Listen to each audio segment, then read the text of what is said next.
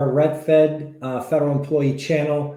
In our last video, we talked about Medicaid and its eligibility. And for the most part, we learned that there are strict income limitations and asset limitations. $2,500 on the spouse income that they are essentially receiving on average, and between $30,000 to $150,000 of liquid on the spouse as well.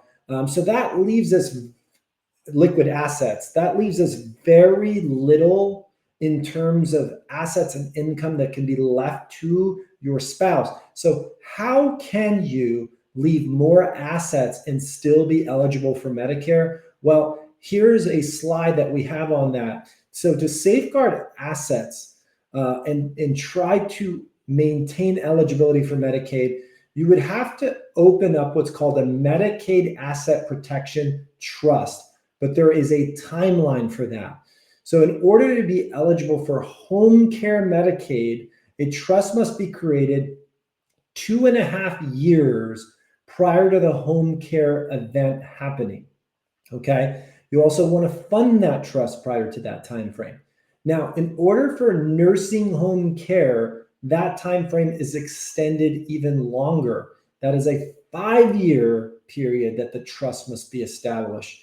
So there are 2 different timeline approaches depending on the care. And that's why early action matters, right? Because Medicaid has this look back period depending on the care needed. And it's there to prevent those last minute transfers. Oh, I want to transfer money to a trust so I can get eligible for Medicaid.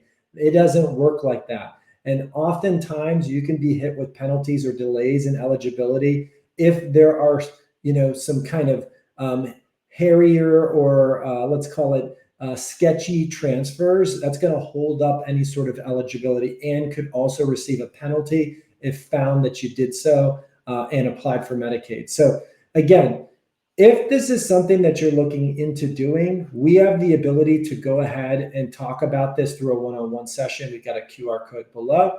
Otherwise, please like and subscribe to our channel so that we can get this out for more folks interested in this topic. Thank you, and stay tuned to our next session.